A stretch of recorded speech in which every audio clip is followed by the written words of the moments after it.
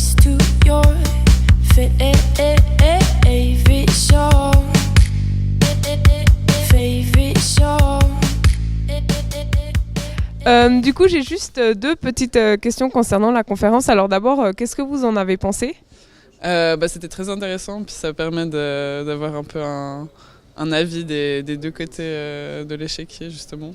Oui, selon moi, c'était très bien organisé et c'était aussi bien qu'on a vu différentes approches, si on peut dire comme ça, parce qu'au début, il y a eu l'introduction plus générale, ensuite on a vu un vrai débat entre les partis politiques, si on peut dire comme ça, et enfin, on s'est focalisé sur Genève, qui était aussi très bien. Alors, je pense que la conférence était extrêmement intéressante, très enrichissante d'un point de vue juridique, c'est-à-dire décomplexifier en fait le contenu de l'initiative et aussi de pouvoir comparer les deux côtés de manière assez politisée. Ouais, j'ai trouvé très bien que sont un peu tous les avis de spectrum politique, c'était là avec Monsieur Köppel mais aussi Micheline Calmiret, et du coup, ouais, j'ai trouvé très bien.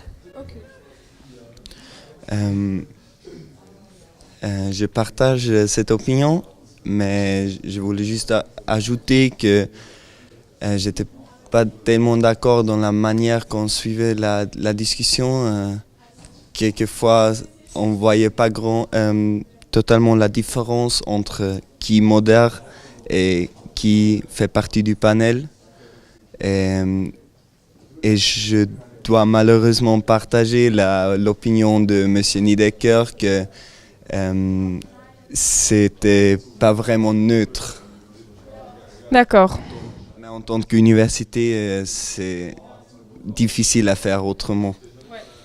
C'était très intéressant et j'aimais bien le débat entre le couple et la femme de économie suisse. Oui, j'aimais bien, c'était très intéressant. On disait le loi internationale est au-dessus de toutes les décisions du peuple.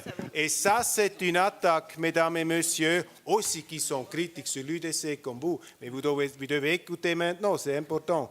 Et c'est très, très important qu'on revienne à la situation que le peuple suisse, les décisions populaires sont prises sérieux à Berne. Ça, c'est la question, pas l'isolation. Vous pouvez décider demain d'abolir la Suisse, d'entrer l'Union européenne, mais ce sont nous qui devraient décider ça, les citoyens, les citoyennes, et pas les juges de M. Poutine. Bon, monsieur Köppel, on a compris que vous êtes favorable à cette initiative.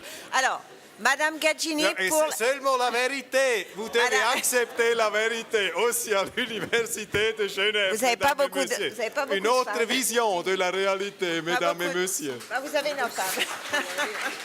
Finalement, de l'applause pour Alors, l'UDC. Madame Gaggini, pour la conclusion. Oui. Et les réponses Enfin, à visage découvert, on vous a entendu, Monsieur Köppel. Donc, si je résume, vous venez de nous dire que cette initiative ne sert qu'à une chose, à dénoncer la libre circulation des personnes.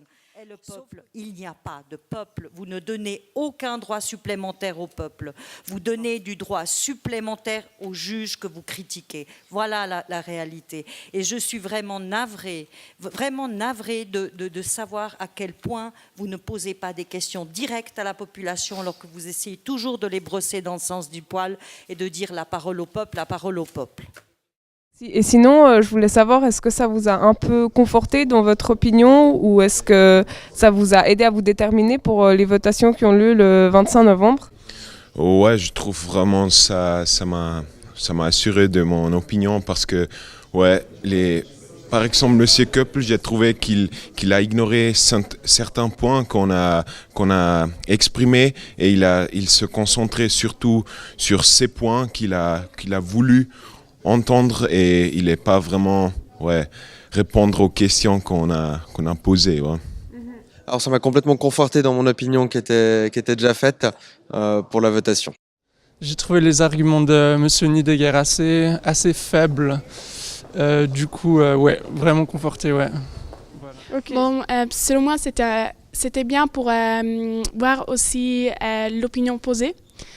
Et parce que je ne savais pas quels pourraient être les autres arguments pour l'autre opinion, et maintenant je le sais. Moi, je dois dire que j'étais déjà assez bien décidée. Du coup, oui, je dirais que ça m'a confortée dans mon choix. Donc ça t'a- Oui, mon opinion prévalente était déjà bien établie et ça n'a pas changé grand-chose, mais c'était juste intéressant.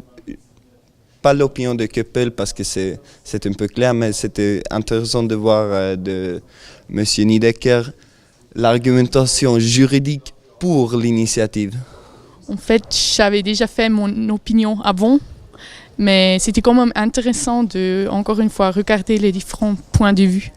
Par exemple, Monsieur Keppel, j'ai trouvé qu'il a ignoré certains points qu'on a exprimés et il se concentrait surtout sur ces points qu'il a voulu entendre et il n'est pas vraiment répondre aux questions qu'on a posées. Ouais.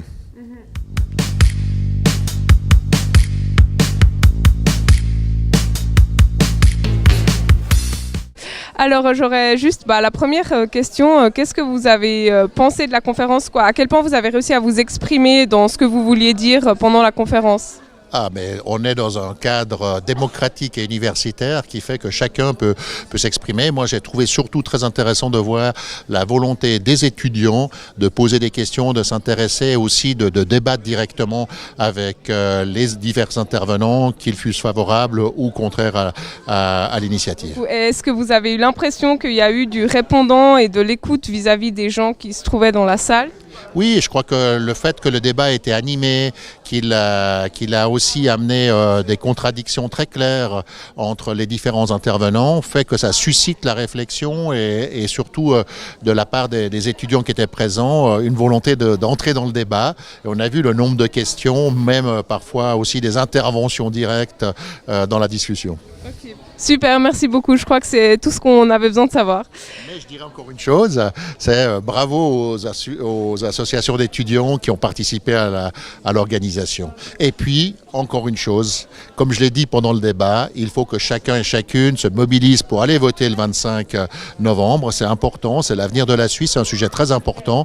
Et il faut non seulement y aller soi-même, et c'est facile à Genève puisqu'on peut le faire par le biais du vote électronique ou on peut le faire par le vote par correspondance et pas seulement aller à l'urne, mais c'est surtout de mobiliser aussi celles et ceux de vos amis qui finalement ne se déplacent pas normalement. Super, merci beaucoup. Je crois qu'on a compris le message. Alors pour commencer, j'avais envie de savoir un peu qu'est-ce que vous avez pensé de la conférence. Est-ce que vous avez aimé la façon dont vous avez pu vous exprimer et être écouté? Alors j'ai trouvé qu'il y avait un déséquilibre un peu choquant. On ne peut pas inventer un grand nombre d'intervenants de mon opinion, qui n'existent peut-être pas parmi les juristes à Genève en tout cas, mais on aurait pu au moins, vu le nombre très important des adversaires, donner un temps de parole à ceux qui sont intervenus, Roger Keppel et moi, qui auraient, sans être l'égal de tous les autres bien sûr, mais auraient au minimum suffi à répondre aux très nombreuses attaques qui ont été énoncées. Parce qu'une critique est intéressante lorsqu'on peut lui répondre. Sinon, ce n'est pas du débat, c'est des mantras. D'accord, merci. Donc je suppose que vous avez eu l'impression, d'après ce que je comprends, de ne pas être assez écouté dans vos arguments. Est-ce que c'est... J'ai été très bien écouté pour tout le temps de parole qui m'a été donné. Et donc vous êtes quand même satisfait des arguments que vous avez pu avancer? Je suis content d'avoir participé. Je remercie qu'on m'ait invité. Ça aurait évité le monologue. Je trouve qu'il y aurait eu plus de personnes à faire intervenir d'un point de vue académique, notamment Jean-François Perrin qui a publié juste au bon moment un ouvrage scientifique qui touche exactement de la question et qui est professeur honoraire dans cette université, que si j'avais été moi l'organisateur de ce colloque ou de cette propagande, je ne sais pas, je n'aurais pas manqué évidemment d'inviter pour qu'il y ait un peu de couleur face à des avis un peu tous trop semblables les uns aux autres. Ok, d'accord. Merci beaucoup d'avoir répondu à vos questions. Je vous en prie. Question concernant la conférence qui a eu lieu ce matin. Qu'est-ce que vous en avez pensé? D'abord, c'était, je pense, important qu'elle ait lieu à l'Université de Genève. et dans une université d'une façon générale, c'est pour rappeler le rôle d'une institution d'enseignement et de recherche dans le débat public et dans le débat politique. Je pense que ça fait partie de nos missions de base et sur cette mission-là, je pense que l'objectif a été atteint. Le second est sur le contenu. J'ai envie de dire, c'est à chacun des participants de se faire un avis. Pour ma part, j'ai trouvé le débat qui était effectivement équilibré. Il a permis d'une part de clarifier les enjeux du débat. Et là, encore une fois, on est dans le rôle d'une université. Et puis, il a permis aussi à tous les bords politiques de s'exprimer dans un respect de la liberté d'expression et de la liberté académique. Et donc, de ce point de vue-là aussi, je pense que l'objectif a été atteint. Est-ce que ça vous a du coup permis de trouver des nouveaux arguments auxquels vous n'avez peut-être pas pensé avant ? Donc j'avais ma conviction personnelle par rapport à cette initiative qui n'ont pas changé. En revanche, j'ai trouvé intéressant dans les échanges et notamment par les questions des étudiants de voir qu'il y a certaines problématiques auxquelles on ne pense pas, l'impact d'image ou le dégât d'image que pourrait créer l'acceptation de cette initiative, d'entendre aussi des étudiants étrangers qui font leur cursus ici en Suisse, qui découvrent peut-être avec intérêt et des voix avec curiosité notre démocratie directe qui s'écharpe sur des principes aussi fondamentaux que la suprématie du droit international sur le droit national. Et de ce point de vue-là, je pense que c'était aussi pédagogiquement intéressant d'entendre ce type d'arguments. Ok, super, merci beaucoup.